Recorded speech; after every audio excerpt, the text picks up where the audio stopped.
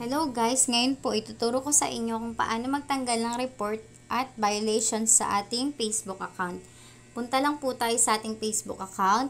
I-click po natin tong tatlong guhit sa taas. Then eto po guys, i-click po natin tong support inbox. At ngayon guys, ayan po makikita nyo po reports about others. So i-click natin yan guys. Then i-click po natin yan. Pindutin natin yung C option and delete. Yan. I-delete lang natin yan guys kasi mga reports yan.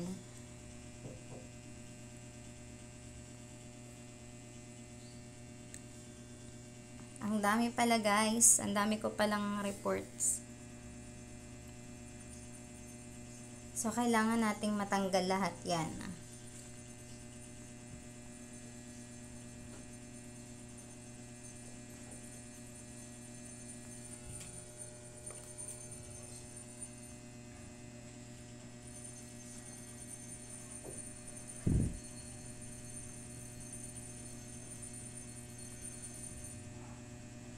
So, ayan guys, malapit nang matapos.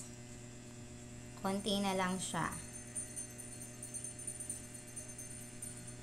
Yan guys, yung mga post natin na report.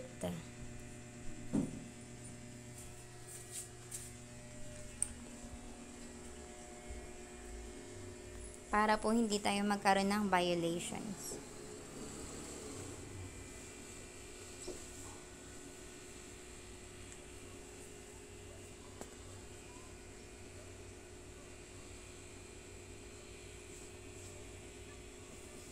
Last. Guys, ayan na po. No reports na po. Okay na po yan. Wala na po siyang reports. Then, punta tayo dito sa professional dashboard. So, ayan guys. Recommendable na yung ating profile.